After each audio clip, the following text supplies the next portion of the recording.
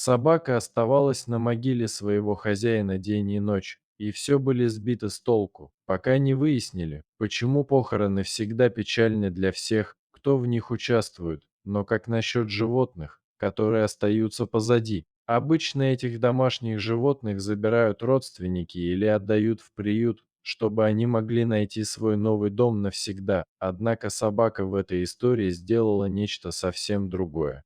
Сержант был немецкой овчаркой, которая любила всех, с кем сталкивалась. Первоначально он начинал как полицейская собака. И именно там он познакомился со своим дрессировщиком, 32-летним офицером по имени Ян. На момент знакомства с сержантом Йен проработал в полиции всего пару лет, но ему всегда нравилась идея работать в кинологическом отделе. Когда Йен наконец встретил своего четвероногого партнера, он был невероятно счастлив. Офицер полиции и сержант сразу же нашли общий язык и были быстро обучены реагировать друг на друга в самых разных ситуациях.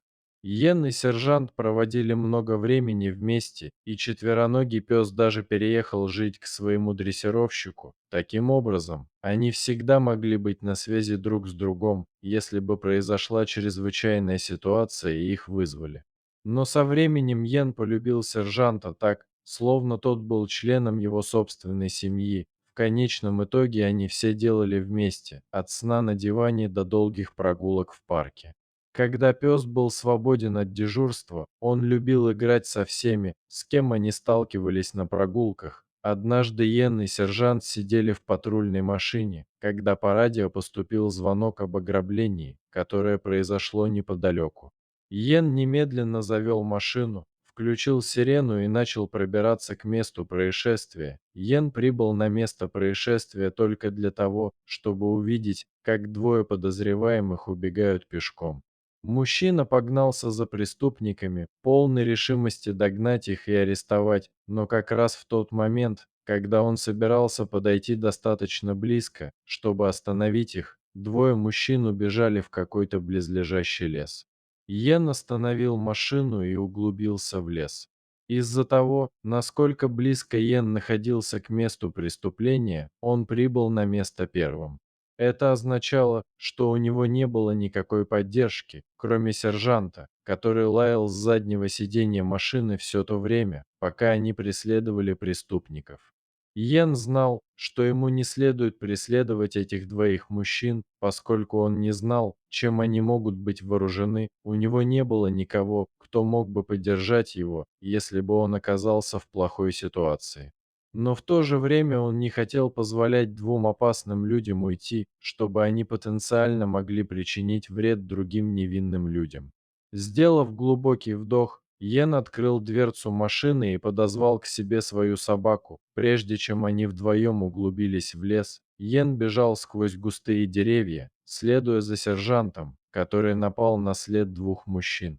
Несколько мгновений спустя Йен услышал, как один из мужчин что-то бормочет себе под нос всего в нескольких футах впереди него. Офицер достал свой пистолет и начал бесшумно подкрадываться ближе к ничего не подозревающему мужчине.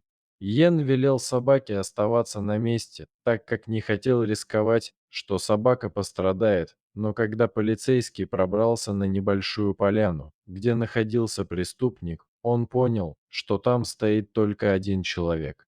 Как раз в тот момент, когда Йен собирался оглянуться в поисках второго мужчины, он почувствовал невероятно острую боль в боку. Оказалось, что второй мужчина подкрался к полицейскому и ранил его ножом.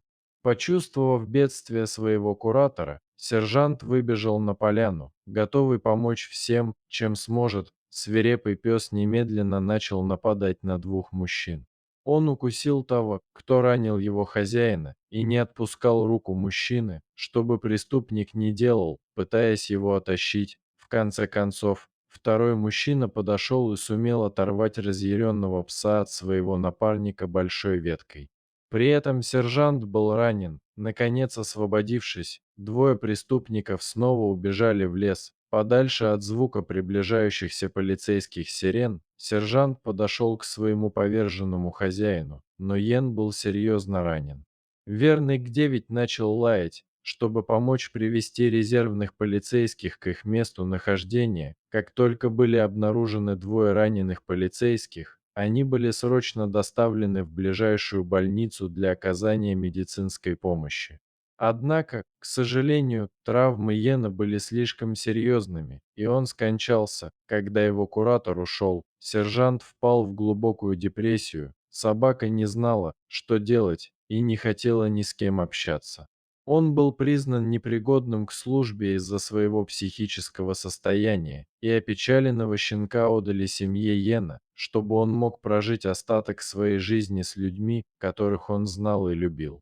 Вскоре после того, как сержанта отправили жить к семье Йена, настал день похорон полицейского. Все сотрудники полицейского участка, а также семья Йена и сержант присутствовали на похоронах.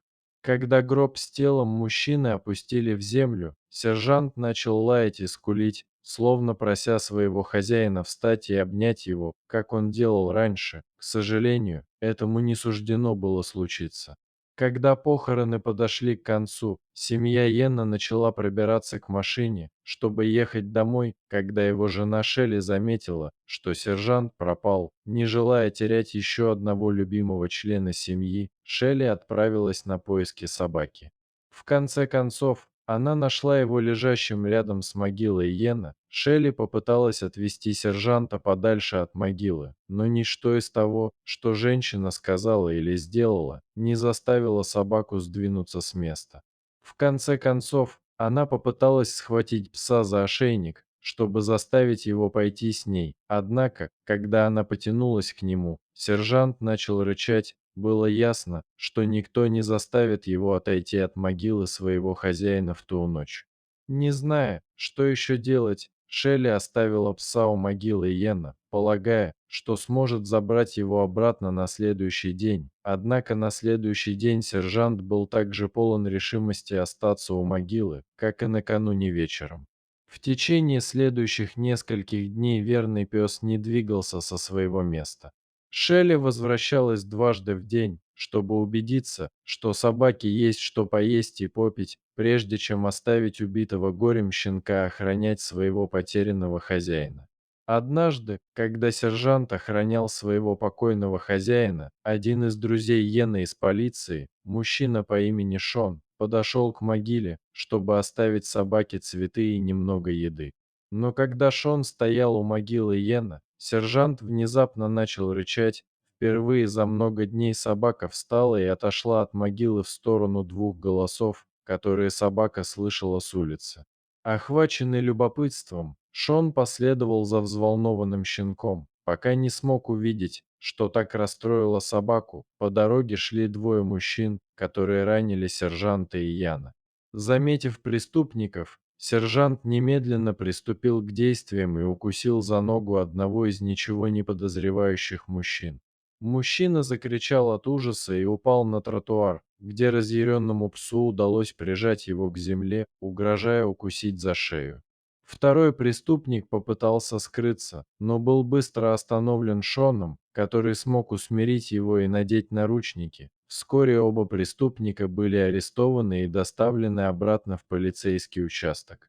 Сержант, однако, вернулся к могиле Йена. Собака в последний раз тихонько заскулила, прежде чем уйти обратно к Шону. Похоже, щенок выполнил обещание поймать людей, которые отняли жизнь у Йена.